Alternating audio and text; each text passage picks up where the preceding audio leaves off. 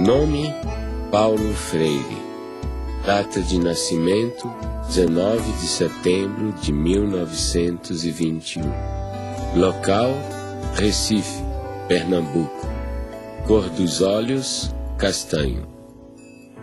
Raça: humana.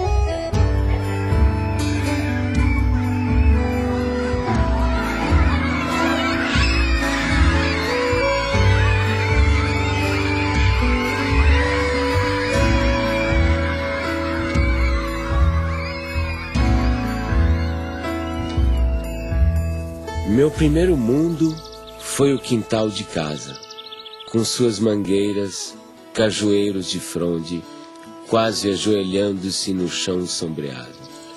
Ali engatinhei, balbuciei, me pus de pé, andei, falei. Eu fazedor de coisas, eu pensante, eu falante.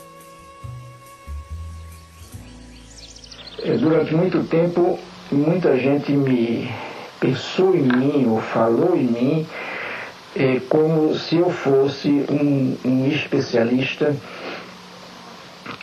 em métodos e técnicas de alfabetização de adultos. Não é que eu ache que ser um especialista em alfabetização de adultos é uma coisa inferior. De jeito nenhum, eu acho uma coisa de uma importância enorme. Mas só que a minha preocupação desde o começo era um pouco mais gulosa do que essa. Quer dizer, o que eu buscava já naquela época, nos anos 50, era uma crítica à educação brasileira. Em Angicos, uma pequena cidade no sertão do Rio Grande do Norte, à beira da antiga estrada de ferro, começaram uma revolução. Sua primeira fase durou apenas 40 horas. O alvorecer de autêntica reforma de base que está repercutindo em todo o Brasil e que possivelmente logo envolverá o país inteiro.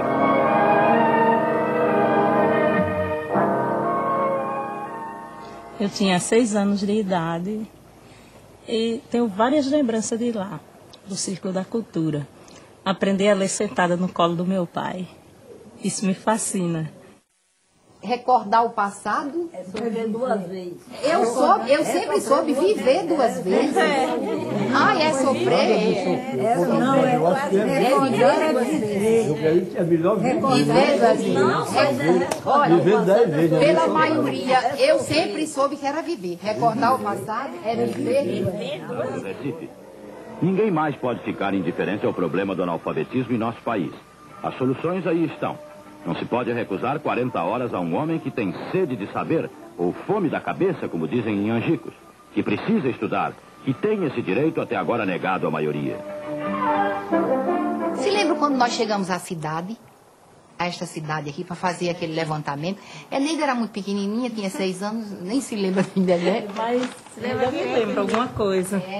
Eu lembro, porque passou um jipe com alto-falante anunciando que ia chegar a essa escola e as pessoas não acreditavam muito. Eu vi minha mãe dizendo assim para meu pai que queria estudar. Ele disse, isso não chega pra gente não. Cabia a nós fazer um plano de alfabetização e educação de adultos visando 100 mil matrículas, uma maneira de mudar a situação. Nós fomos recrutados, participamos de um treinamento e a primeira providência nossa foi nós nos deslocamos para Angicos para fazermos o levantamento do universo vocabular. Então íamos de casa em casa e ao final selecionaram, ele selecionou em Recife as palavras geradoras. No conjunto delas estava contido justamente todos os fonemas da língua portuguesa. Começando do mais simples, por exemplo, em Angicos a primeira palavra geradora foi belota. Então você sabe, belota são 3 sílabas fáceis, mais fáceis, não é? E muito usadas. Então, a partir das palavras, quando nós vencemos todas as sílabas, aí começamos a formar as frases. Olha, a velocidade com que isso ocorre, na primeira aula de alfabetização, quando se vai escrever num caderno, a folha do caderno é insuficiente para escrever 3 sílabas.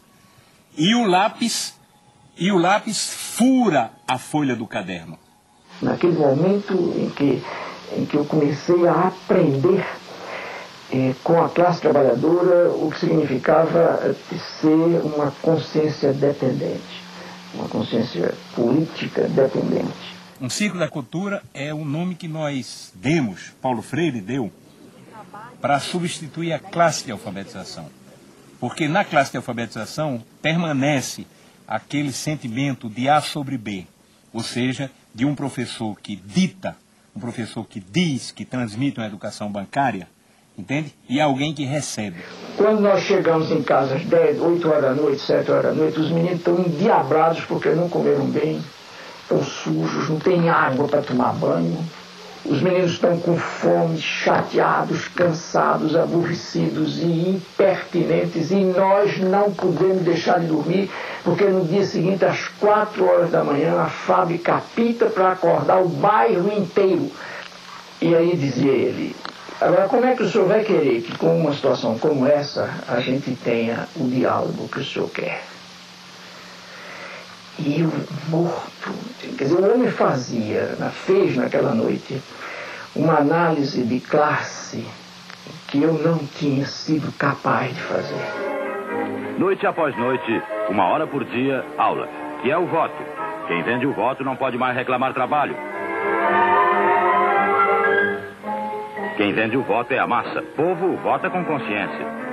A política, né, na época, havia muita pressão, né, os movimentos sociais, e nós estávamos em pleno trabalho de alfabetização em 64, quando houve o golpe. E quem estivesse naquela escola estudando, quando viesse, aí pegava aquele povo todinho e levava, prendia. Sim, aí todo mundo ficou com medo, né? Eu sei que papai chegou em casa e disse: olha, minha filha, mamãe, você ajuda que for de papel, ajunte papel, lápis, livro, e faça um foguinho, bota em cima e toca o foguinho tudinho. Desse mesmo jeito eu fiz.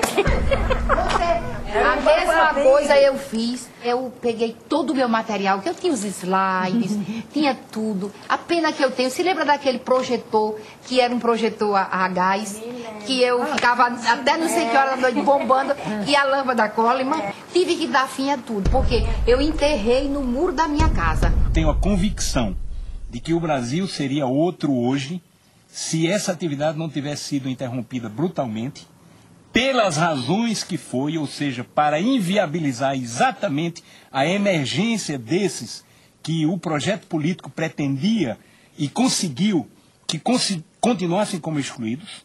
O objetivo foi esse, não foi outro. Não era nada pessoal contra Paulo Freire, contra mim, contra quem participou dessa atividade. E eu sempre me emociono e fico me lembrando, porque aquilo era feito com o coração. Com amor, né? Com amor. Sei votar, aprendi a escrever meu nome. Vivi em outras escolas, mas o que mereceu mesmo, que descolou mesmo, que eu me orgulhei em dizer eu não sou mais analfabeto, foi Paulo Freire. Paulo Freire colocou o oprimido na história. Ele deu visibilidade a alguma coisa que estava lá historicamente sendo invisibilizada pela cultura dominante.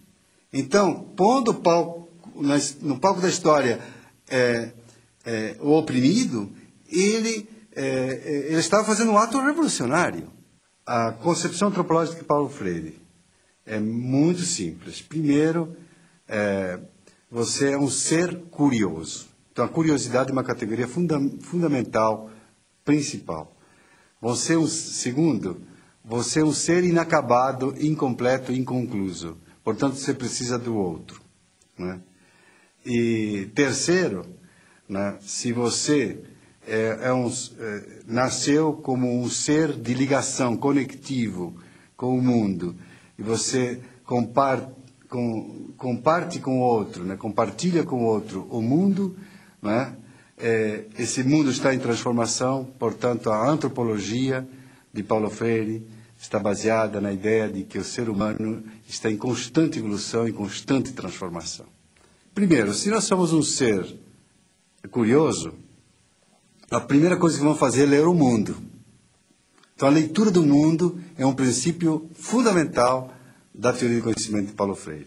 A segunda é a tematização. Pegar aquelas palavras geradoras, aqueles princípios geradores, aquilo que o povo conhece, no caso do método de alfabetização, né? Aquilo que o alfabetizando conhece, e descobrir o que significa. E a terceira é a problematização.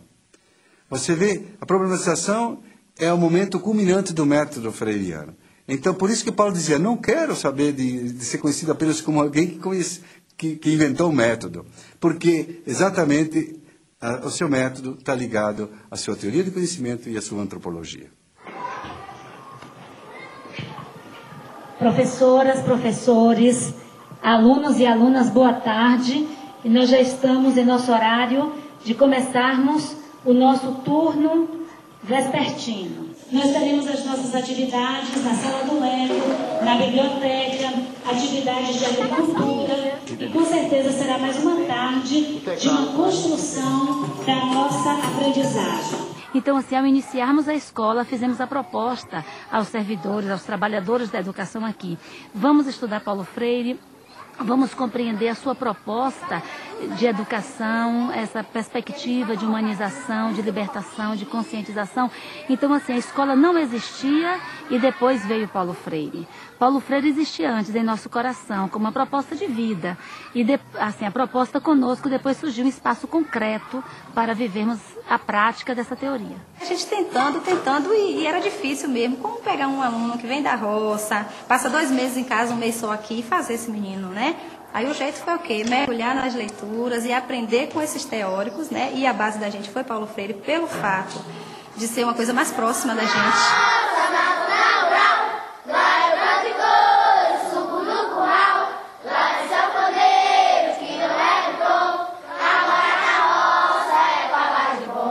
As crianças que nos chegam muito diferentes das crianças que são urbanas.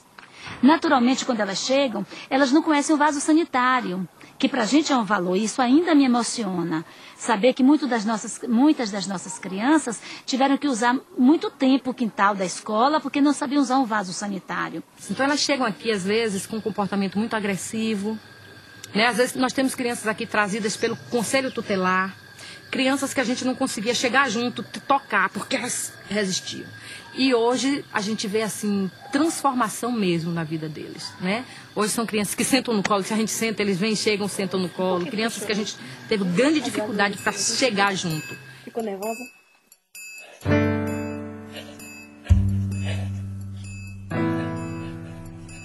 Para mim, o exílio foi profundamente pedagógico.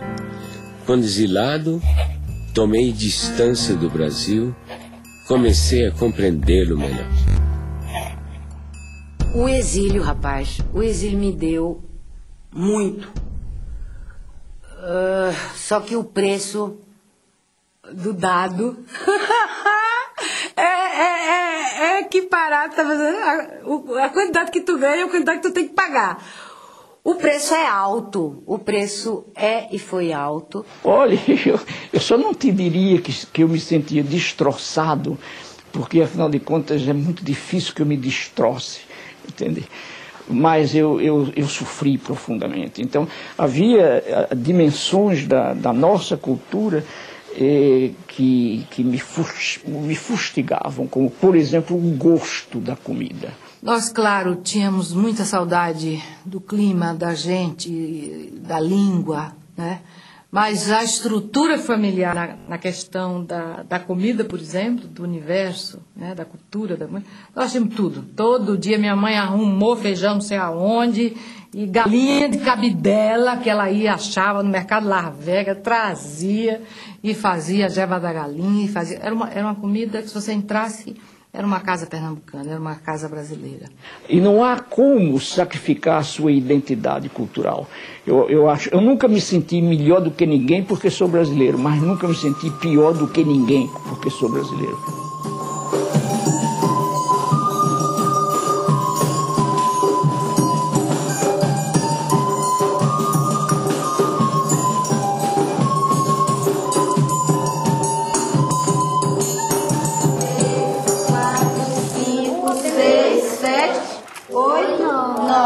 A resposta vai ser o quê? Rede resposta.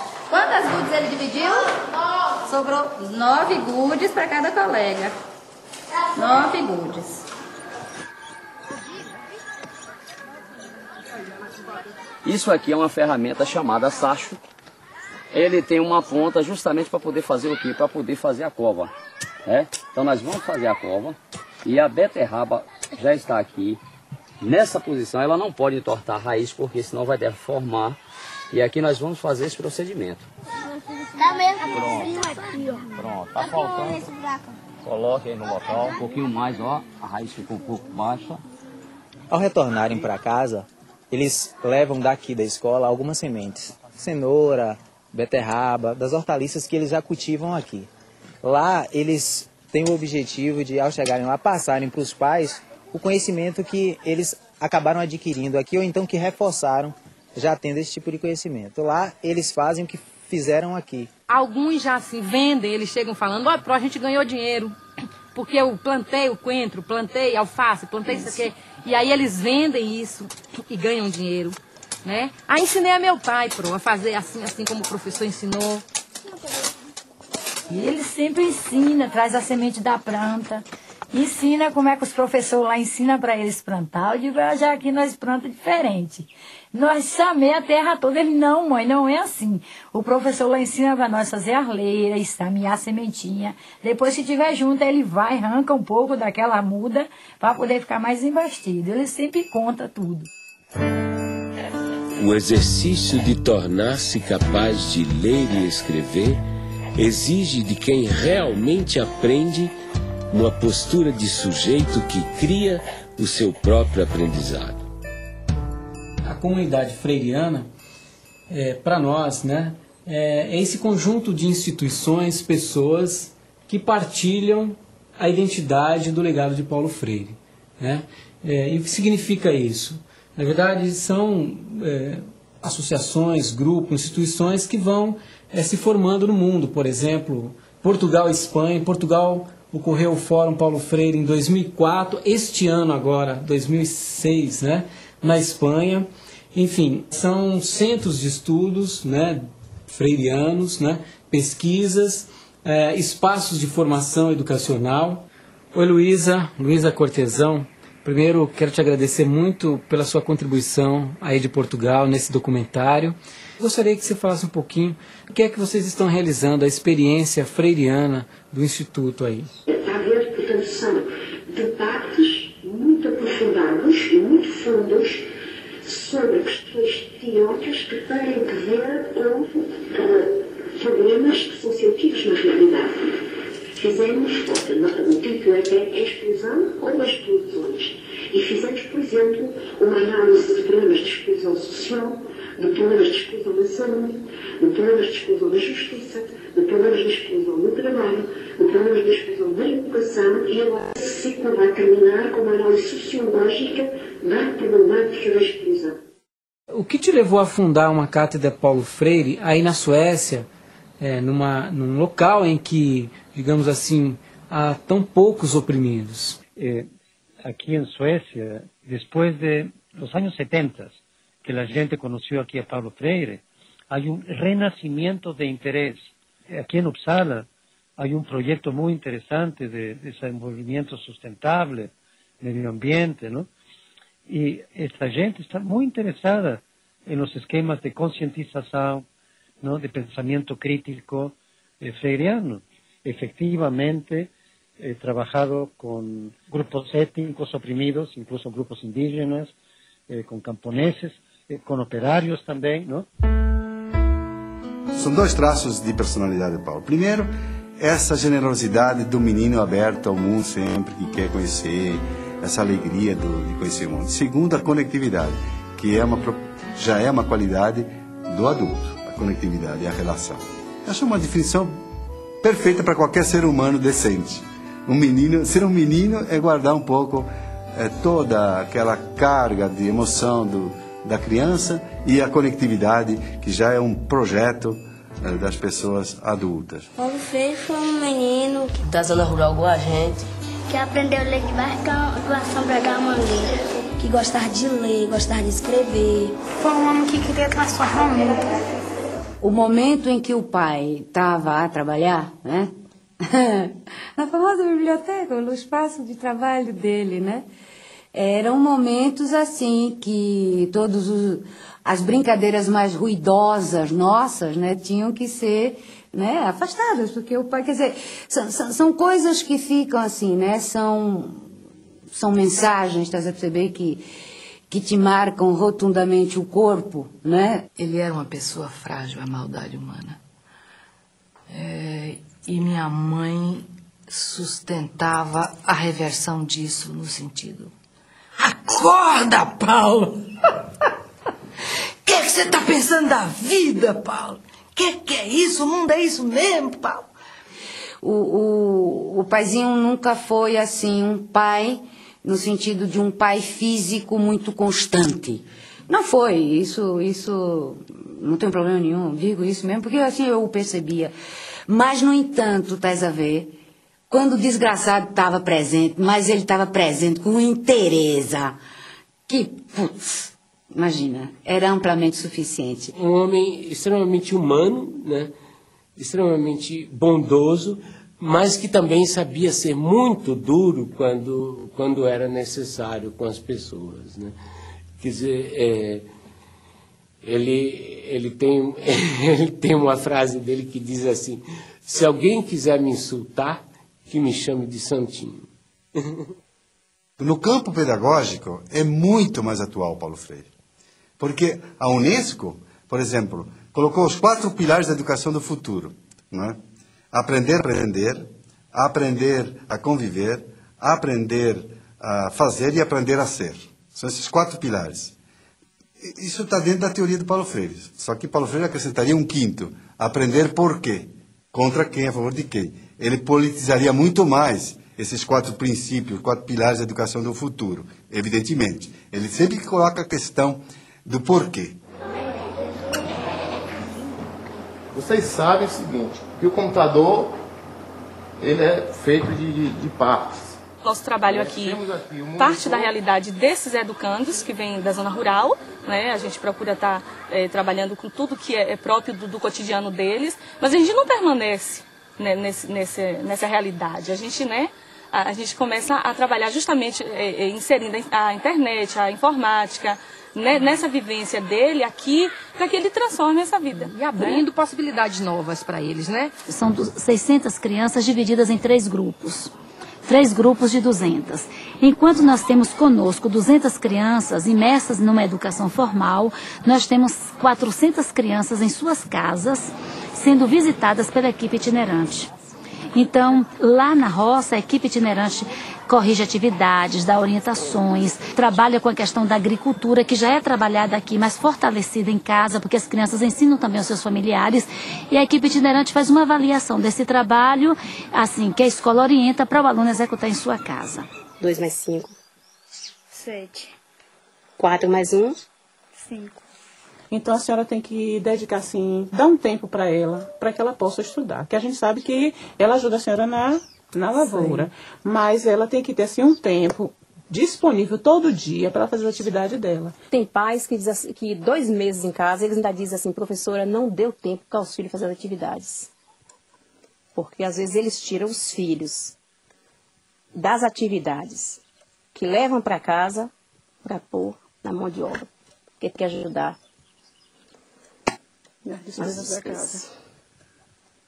Eu estou trabalhando agora com atividade de artes. E essas atividades é uma atividade que desenvolve a coordenação motora, cognitiva e também ajuda no desenvolvimento da criatividade de cada criança.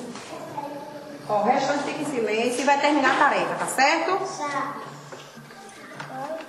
Dá um tantinho de fala. Nadson, pode vir, Nadson.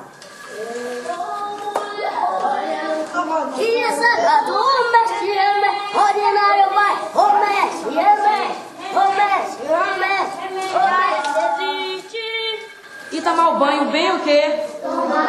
Passar o sabonete no corpo, atrás. No banho, tira a calcinha e os meninos tiram a cueca. Lave a parte íntima de vocês bem lavada. Fica lá sujinho, aí vai criando sujeirinha, sujeira, sujeira, e daí cria dor.